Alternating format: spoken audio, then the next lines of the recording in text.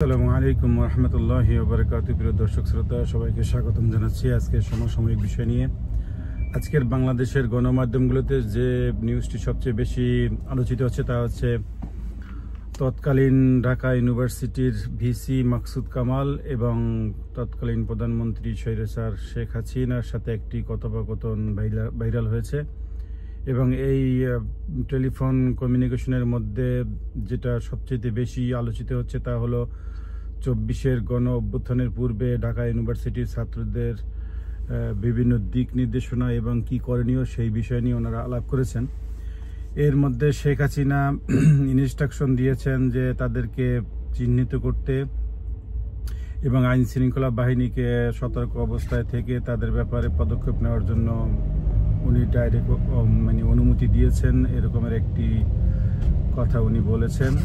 কিন্তু ও পাশ থেকে আবার তৎকালীন ভিসি মাকসুদ কামাল তিনি আবার একটু অ্যাডভান্স হয়ে বাড়িয়ে বলছেন যে আফা একটু এই সময়টা পার হতে পারলেই যারা বেশি বাড়াবাড়ি করছে বা যারা বেশি এই আন্দোলনের ব্যাপারে অগ্রগামী তাদেরকে ফাইন্ড আউট করে ইউনিভার্সিটি থেকে বহিষ্কার করবে।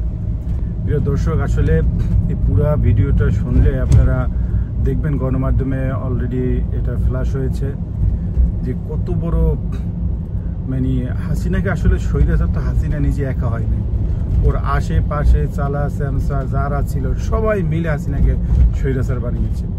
তো এই লোকগুলোর ব্যাপারে যদি এখন বর্তমান সরকার পদক্ষেপ গ্রহণ করতে না পারে, এই লোকগুলোকে ফাইন্ড আউট করতে যদি না পারে, চিহ্নিত করতে না পারে, এখন কোথায় আছে সেই মাকসুদ কামাল, তাকে এখন আইনের আশ্রয় আনা দরকার এবং তাকে জবাবদাহিতার আওতায় আনা দরকার যে সে একটি ইউনিভার্সিটির ভিসি, সে সব স্টুডেন্টের বেলায় সমান রোল প্লে করবে, সবাই সম অধিকার প্রয়োগ করবে। কিন্তু ওনার কথা এগুলো বোঝা গেল যে উনি ছাত্রলীগের কেন্দ্রীয় সভাপতি সেক্রেটারিকে বাসায় এনে আপ্যায়ন করে আদর করে কিভাবে সাধারণ ছাত্রছাত্রী বা অন্য ছাত্র সংগঠনের কর্মী সমর্থকদের উপরে হামলা করা যায়, কিভাবে তাদেরকে নিস্তব্ধ করা যায় সেই ব্যাপারে সে প্ল্যান পরিকল্পনা করছে। এটি কি ভিসির কাজ? এটি কি ভিসি করতে পারে?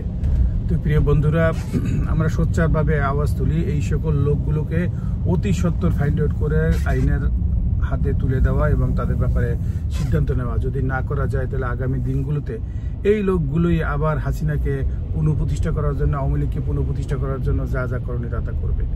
আমরা যদি সেই সুযোগটা দেই তাহলে হয়তো বা আমাদের জন্য আরো খারাপ দিন অপেক্ষা করছে। সবাইকে ধন্যবাদ। আবারও কোনো বিষয় নিয়ে কথা হবে। আসসালামু আলাইকুম ওয়া রাহমাতুল্লাহি ওয়া বারাকাতুহু।